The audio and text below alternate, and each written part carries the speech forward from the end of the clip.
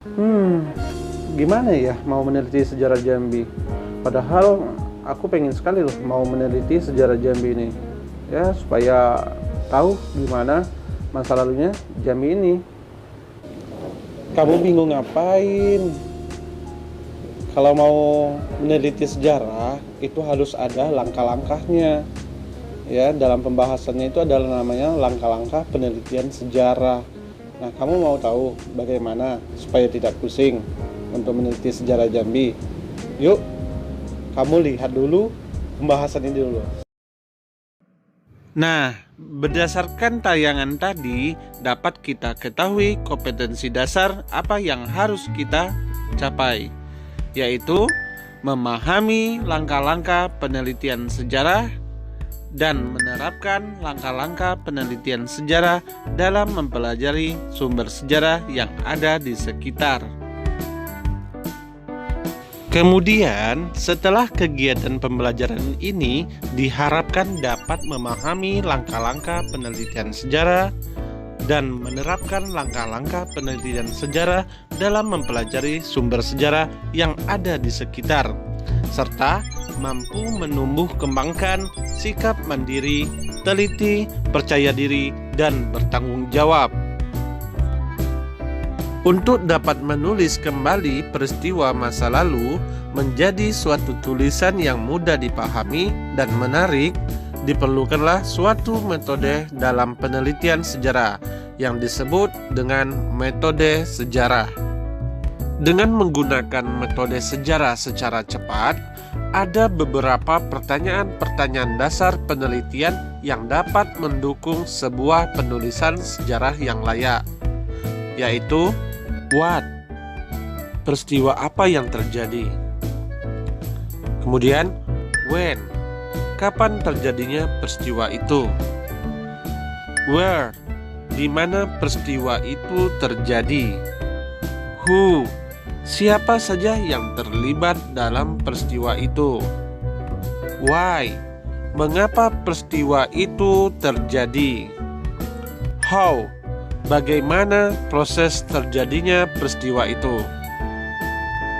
Untuk lebih memahami bagaimana seorang peneliti sejarah melakukan kerja ilmiah dalam mengungkap kebenaran masa lalu, kita akan membahas langkah-langkah penelitian sejarah secara berurutan, yaitu dimulai dari heuristik, yang berarti kegiatan untuk mencari, mengumpulkan, dan menghimpun jejak-jejak masa lalu berupa sumber-sumber sejarah.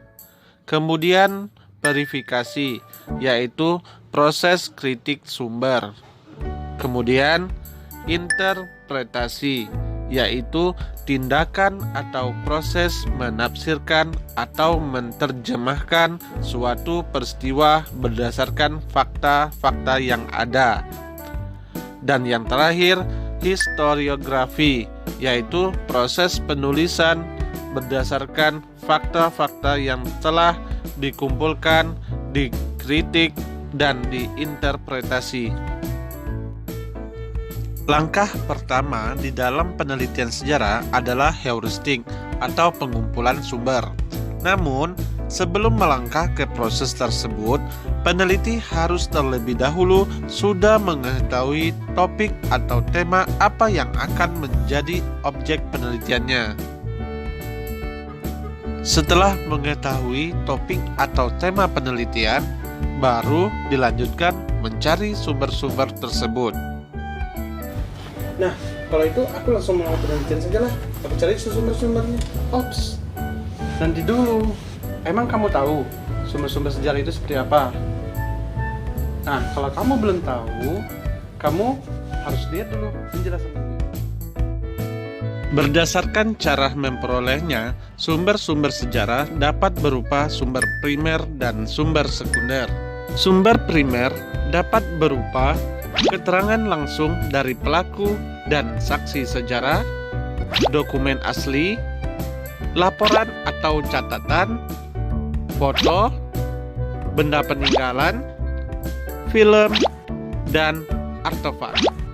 Sedangkan sumber sekunder yaitu informasi yang diperoleh dari pihak kedua seperti buku teks, koran, majalah, ensiklopedi, tinjauan penelitian, dan referensi-referensi lainnya.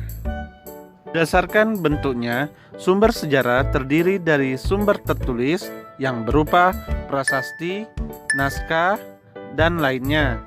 Kemudian, sumber benda yang berupa senjata, fosil, pakaian, dan lain-lainnya. Dan sumber lisan, yaitu keterangan-keterangan yang diperoleh dari pelaku dan saksi sejarah. Setelah data terkumpul dan terorganisasi dengan baik, proses berikutnya adalah menguji keaslian dan keabsahan data. Proses ini disebut verifikasi atau kritik sumber. Terdapat dua cara melakukan kritik sumber, yaitu dengan kritik eksternal, yaitu kritik terhadap keaslian informasi atau dokumen seperti bahannya dan orangnya. Kemudian kritik internal, yaitu kritik terhadap kredibilitas atau kepercayaan data yang menyangkut isi informasi, apakah dapat dipercaya atau tidak.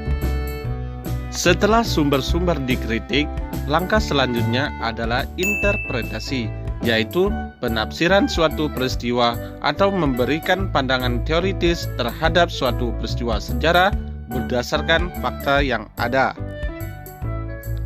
Ada dua macam interpretasi, yaitu interpretasi analitis, yaitu menguraikan semua sumber yang ada.